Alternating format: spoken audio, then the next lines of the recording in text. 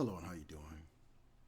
Today we're going to be discussing another interesting aspect and future issue that is bound to be of importance in months or years to come. This is dealing with how the transgender segment of the LGBTQ community will spur the rise, acceptance, and normalization of pedophilia. Okay. We're familiar with the LGBTQIA community, that being the lesbian, gay, bisexual, transgender, queer, intersex, and asexual um, members of our society here in the United States.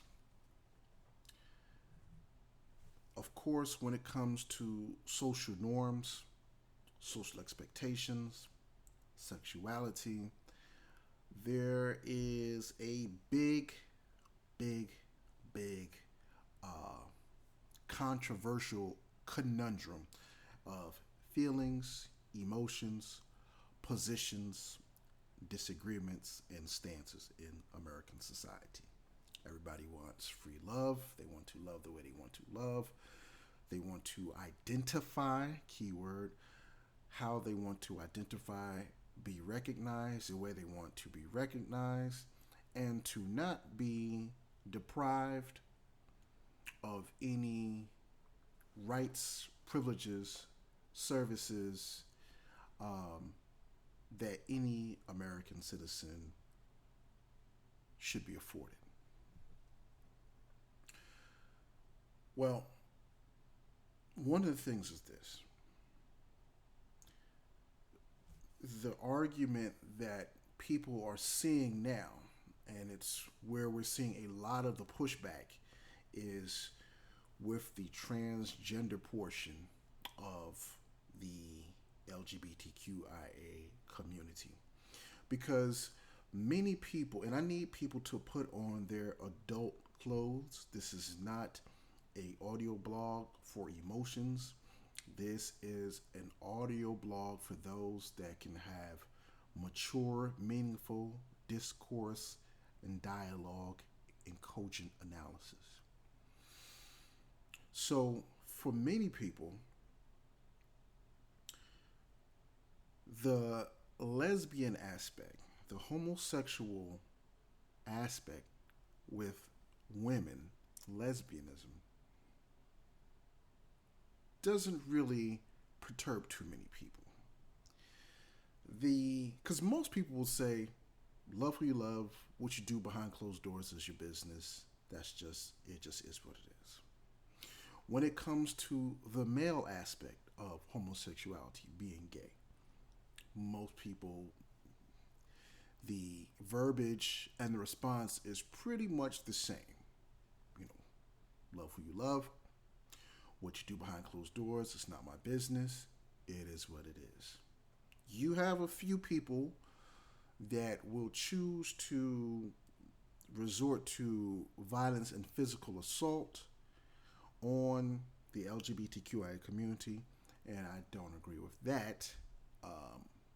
Physically assaulting someone because they have a different view or position on sex and love, I don't agree with that.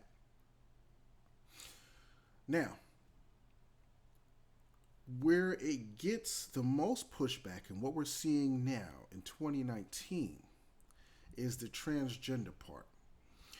And this primarily where most of the pushback and resistance, what we're seeing is that people reserve the right, and there are people that are saying, you cannot tell me that a person that is born with testicles and a penis, and because of their DNA and their chromosomes and their genetic makeup and they produce testosterone, that just because they feel, they desire, they claim and assert themselves to be a woman makes them a woman. Many members of society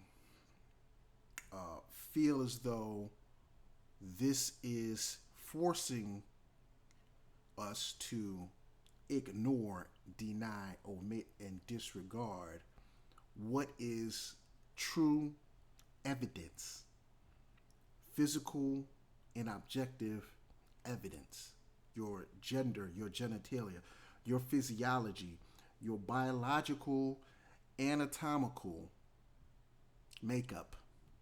You're telling us to forget that, ignore that, and because you feel a certain way, or you want to be perceived a certain way, or you want to be addressed a certain way, or treated a certain way.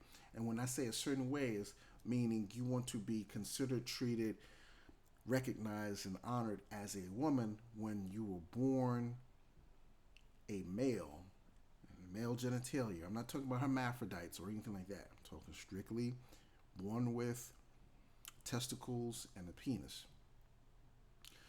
You're telling us to disregard that. So now, let's just move forward. We've kind of laid that down. And so you said we're going to touch on how pedophilia will be spurred from this. And this is where I need everybody to put on their thinking caps. This is where I need you to be logical. Like, remember when you were in high school and you had to do proof tables? Like, you had your P column and your Q column, and then if not P and not Q, and if P then not Q, so that means there were stepwise logical analysis of statements.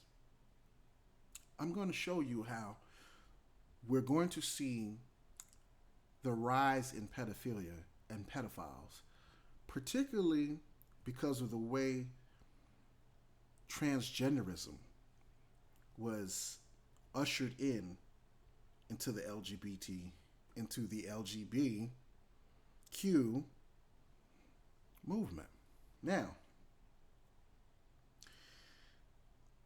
I told you that people will say, well, I feel like I'm a male can say, I feel like I'm a woman, and I want you to address me as a woman, despite the fact that I have male genitalia. And I will get surgically manipulated, and I'll take my pharmaceutical supplements and hormones for maintenance. I will get aesthetic changes in my appearance so that I also fit the bill aesthetically. Okay? Some may not get they may not go with a full surgery, but still want to be recognized as women, right? Now,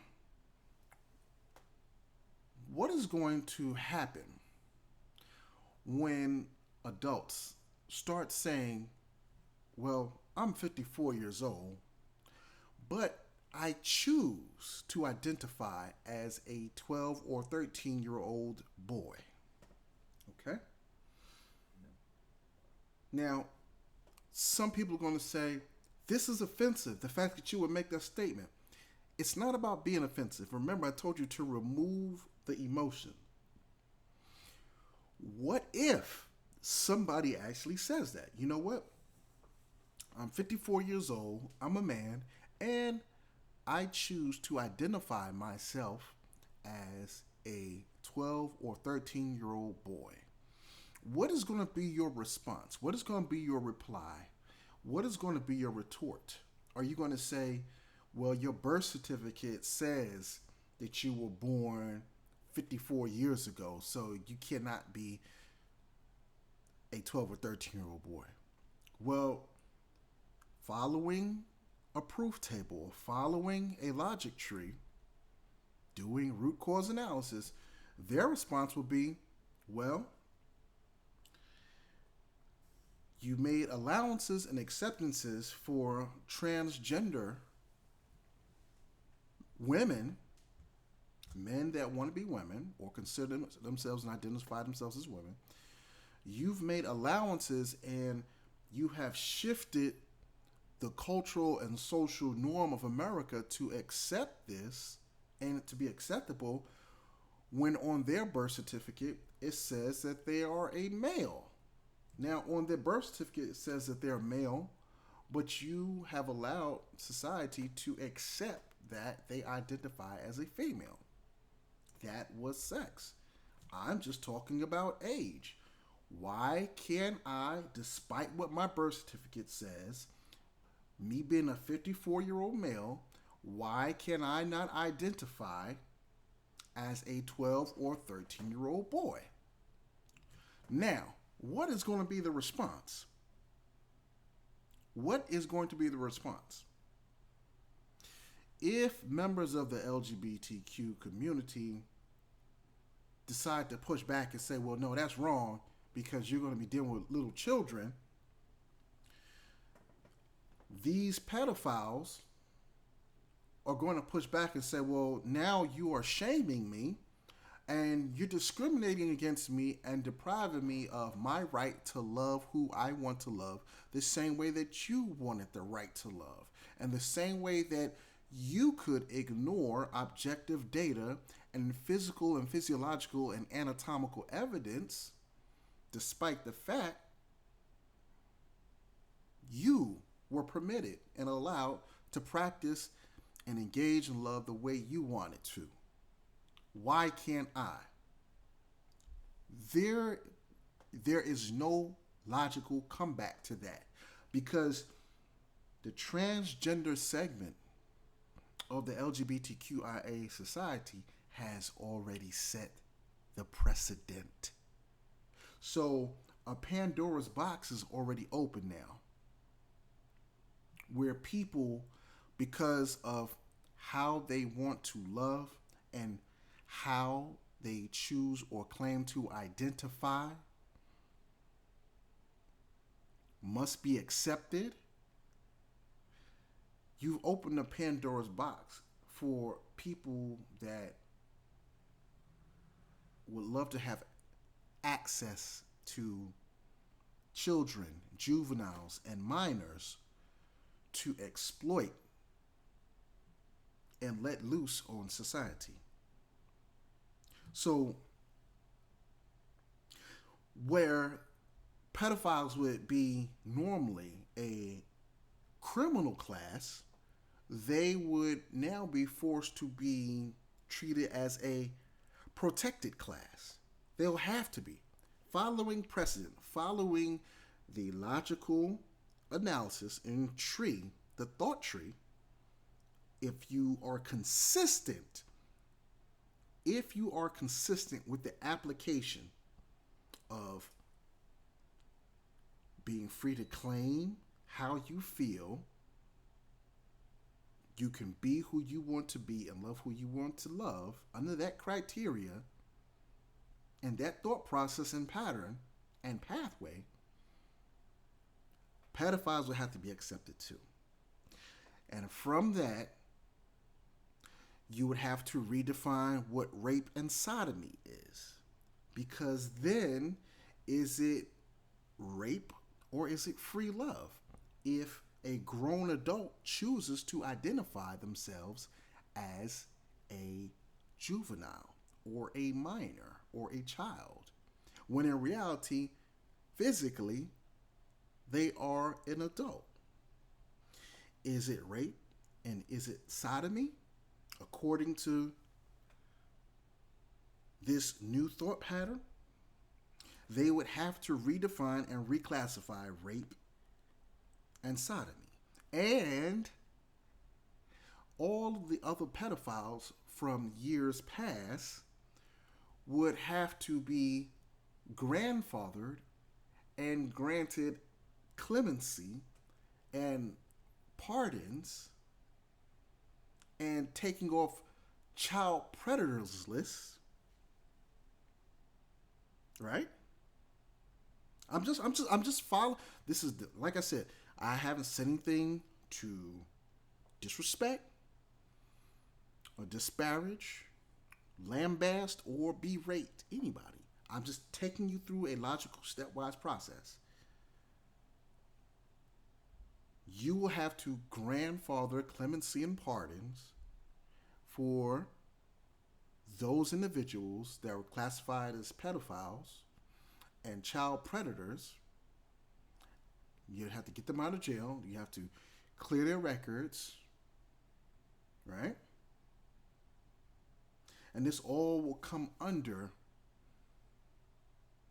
the pathway in which the transgender segment of the LGBTQ community was introduced in society based on ignoring, denying, omitting, and disregarding true physiological facts and objective data and objective evidence when it comes to gender and genitalia. Because the other thing is we factor in age. There are things like you have in statistics, you have dependent variables and independent variables. Independent variables are things that don't change. These are things that, despite an environment, they're things that don't change. Meaning, I'm black. That's me. I'm black. I am a man. Despite what you do, surgery wise, my body, chromosomes, and DNA still generate testosterone. That XY chromosome is still there, right? Independent variable. When you were born, in accordance to time, the actualization of time, the year you were born, that is an independent variable that doesn't change.